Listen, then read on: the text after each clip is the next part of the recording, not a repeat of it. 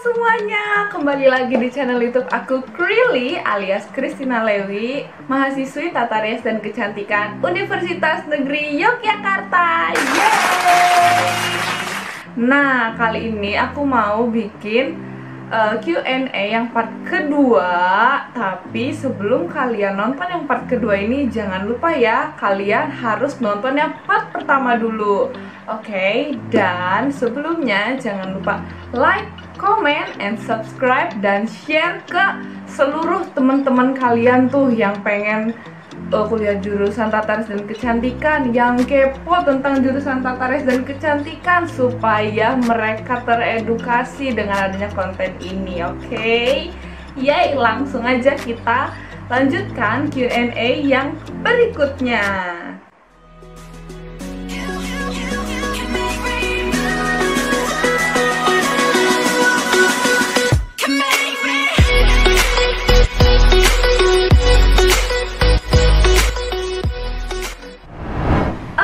Di Q&A yang part pertama itu ada 8 pertanyaan yang udah aku jawab.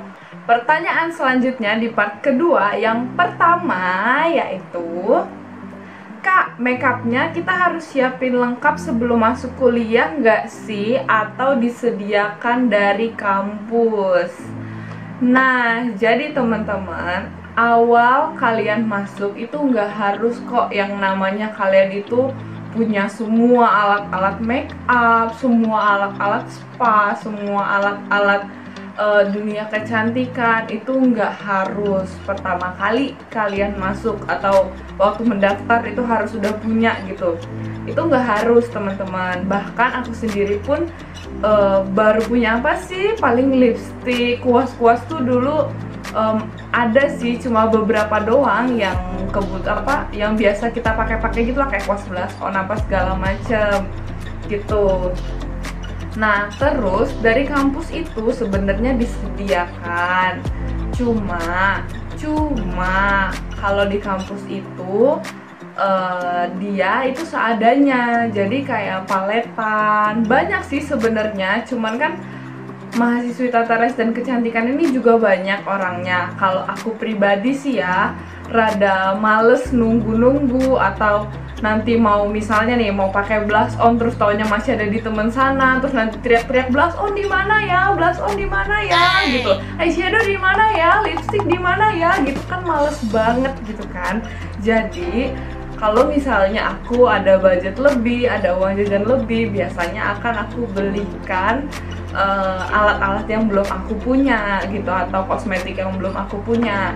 Nah, terus biasanya nih di awal kali perkuliahan itu misalnya nih kuliah tentang spa, yang kalian harus punya itu tuh ada misalnya kemben. Itu kan karena dari semester awal adanya spa sampai nanti kalian lulus itu harus ada kemben, kalian harus pakai kemben misalnya kayak gitu, atau sendal hotel, terus keset itu harus selalu punya, itu harus selalu dibawa dan kalian harus punya pribadi.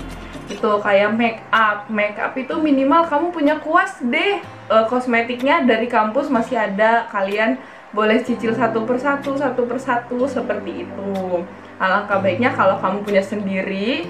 Biasanya kalau bahan-bahan sendiri, alat-alat sendiri itu lebih apa ya, lebih familiar buat kalian pakai. Jadi kalau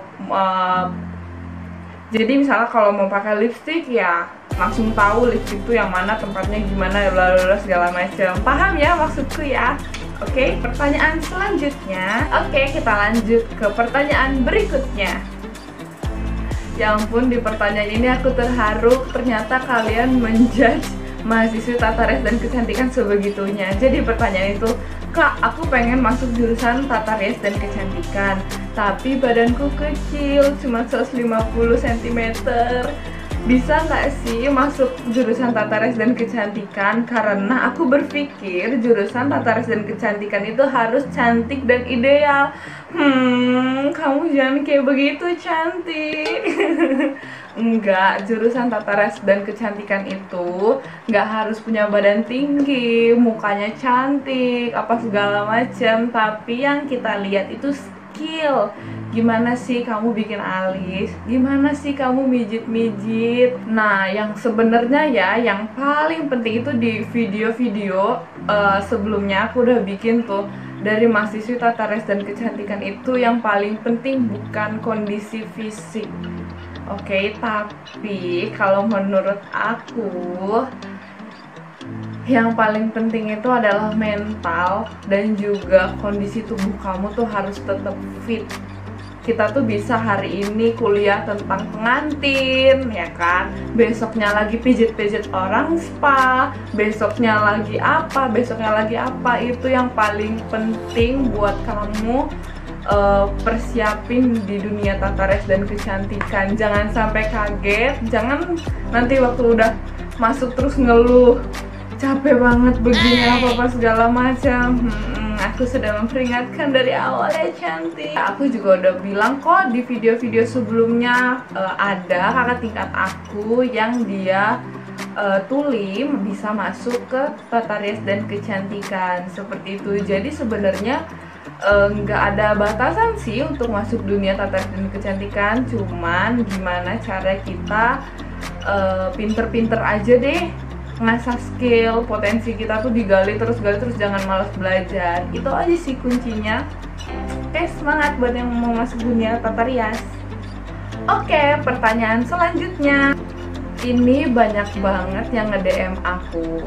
Yang ada sih yang komen di YouTube, tapi lebih banyak yang nge-DM. Jadi inti pertanyaannya adalah, Kak, cowok boleh nggak sih masuk tata rias dan kecantikan?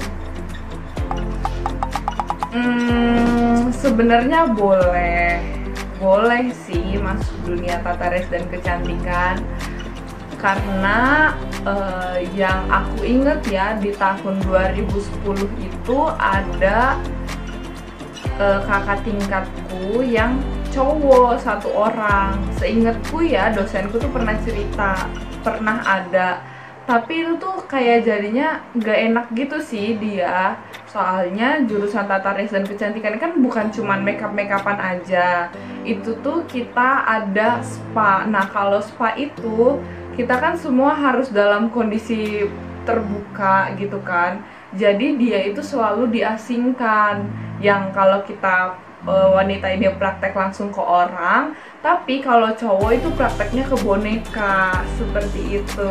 Saran aku kalau yang cowok-cowok kalau pengen masuk dunia tata rias, biasanya kan ngambilnya kalau nggak makeup hide, lebih baik sih kalau kalian ngambil kursus aja gitu. Tapi kalau emang kalian mau masuk nggak apa-apa. Kalau saran aku sih mendingan kursus, kamu potensinya di mana. Tapi kadang kan ya, kayak aku nih mikirnya, daripada aku kuliah jurusan lain terus ujung-ujungnya aku mau jadi MUA, sekalian aja. Nah, mungkin kalau cowok bisa tuh ngambil jurusan manajemennya gitu kan, supaya kalian bisa jadi WO atau segala macem, kuliah jurusan yang ada hubungannya dengan kecantikan. Tapi kalau mau ngasah skill, kalian ke kursus aja, seperti itu. Tapi semua kembali ke kamu ya. Selanjutnya ada yang nanya juga nih, Kak, biaya pendaftaran di tata rias dan kecantikan itu berapa sih? Sama seperti ujian-ujian mandiri, itu biaya pendaftarannya itu 200.000. Oke, aku udah lihat tuh di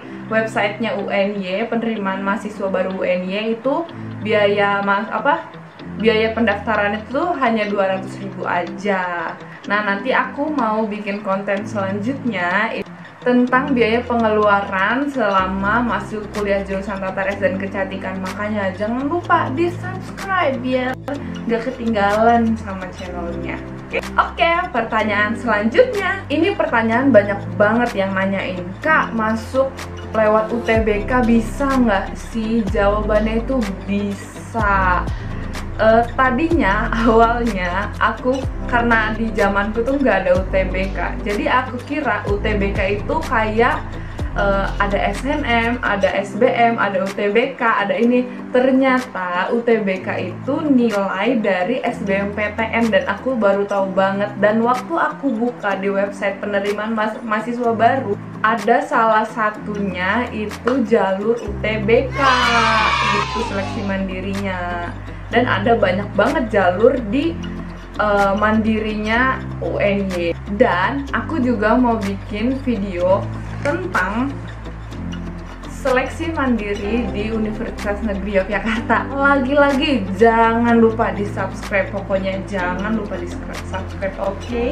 Nah, sekian aja dulu Q&A dari aku yang part 2. Nanti kita lanjut ke yang part 3 ya, supaya videonya gak kepanjangan sis. Terima kasih buat teman-teman semua yang udah nonton video aku kali ini. Buat kamu yang belum nonton di video-video selanjutnya, tonton dulu, jangan sampai ketinggalan informasinya. Oke, dan jangan lupa like, comment, subscribe, dan share video ini supaya setiap orang yang pengen masuk jurusan Tata Ras dan Kecantikan bisa terbantu dengan adanya informasi ini. Terima kasih ya semuanya. Dadah.